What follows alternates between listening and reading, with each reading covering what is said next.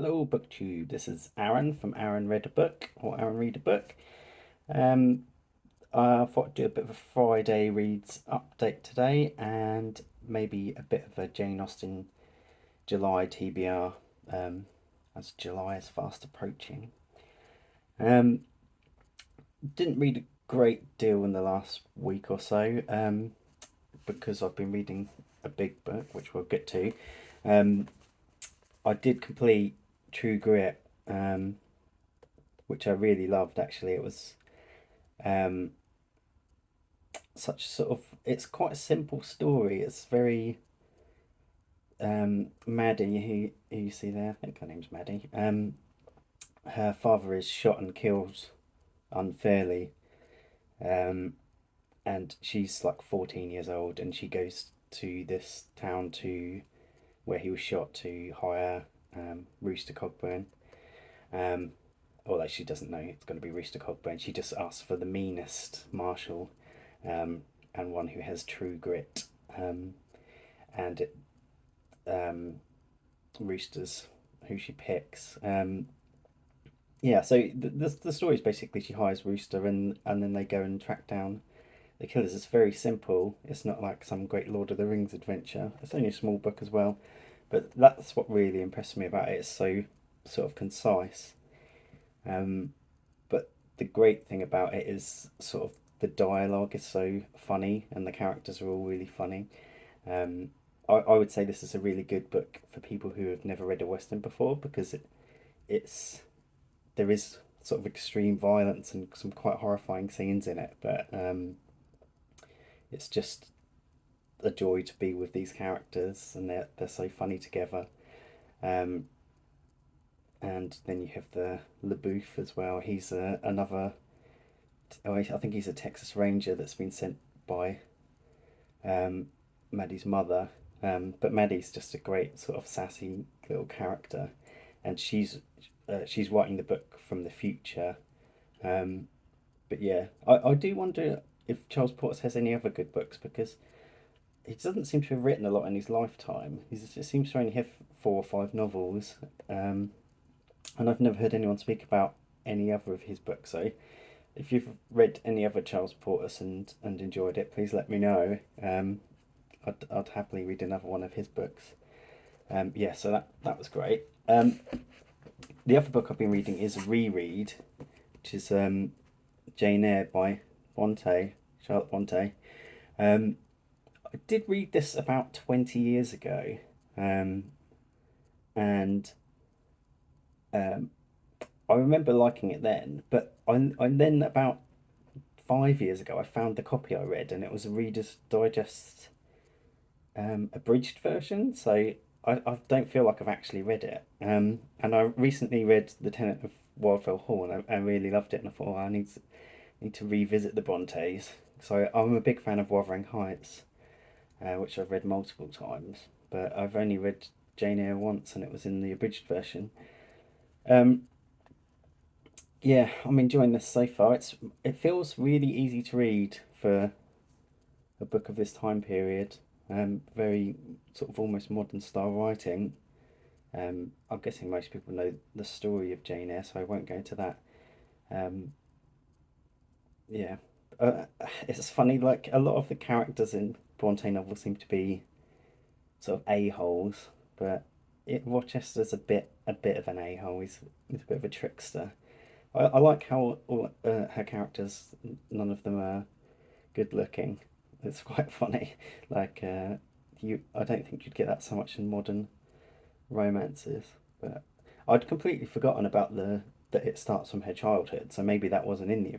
It must have been in the original version, but the I really enjoyed the bits where she's at school and the friendships she makes there. But yeah, I'm just halfway finished, so I'll try and polish that off this weekend. But enjoying it so far. I might have to go back to Wuthering Heights as well, do another Wuthering Heights reread. Um, yeah, so for the rest of June, I might try and get this in because Historiathon is moving on to a new time period um, in um, in July. So this fits in with the current June one. So yeah, I might. This is only a short little one about the siege of Constantinople, so I might try and get that in before July. And then on to my favourite reading event of BookTube, Jane Austen July. So Jane Austen July is my favourite because I had never even read Jane Austen before they started Jane Austen July, which seems extraordinary now, but I just always sort of dismissed her as I'd seen like clips of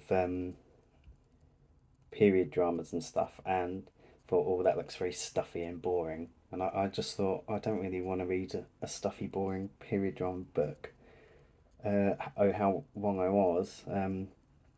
I've now read, in the last few years, all of Jane Austen's. I've read her main six novels, The Watsons, Sanderson, and what was the other one? Watson Sanderson.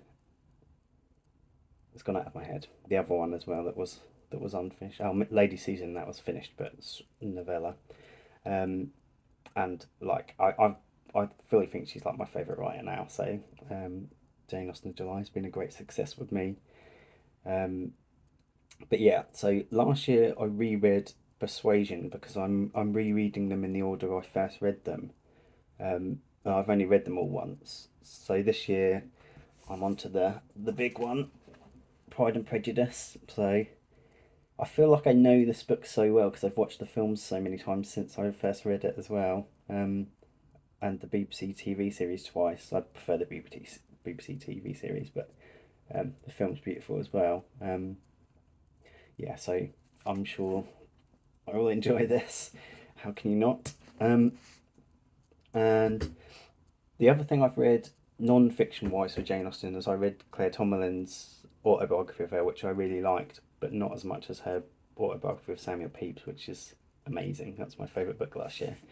Um, I've got this one which I've seen talked about a lot on BookTube as being really good, which is What Matters in Jane Austen. Um, so I think this will be a good one to go alongside Pride and Prejudice. I didn't want to read this before I'd read basically everything, um, because I thought it might have spoilers in it, but now it seems like a good opportunity. Now I'm reading everything for the second time. Be good to dig into this as well and learn a bit more about sort of the time periods and things she's talking about. And if I get time, I might start reading some of this as well, which is Love and Friendship and Other Stories. So this is um, a lot of her um, youthful writing. So um, I don't really know what's in it, but it comes in the set. So it's got lots of little um, stories she wrote. I wonder if it's got it's got the history of England in it as well, which I sort of want to read. So yeah, what I really want is a copy of her letters, but the ones that survived anyway. But it never seemed to pop up in my secondhand bookshop, and I always ask the ladies to look out for it, but I haven't had one pop up yet. So maybe next year I'll do some spending and get a copy of her letters. Yeah, that's all. Let me know if you've read any other Charles Portis or what you're reading for Jane Austen July. Have a good one, BookTube.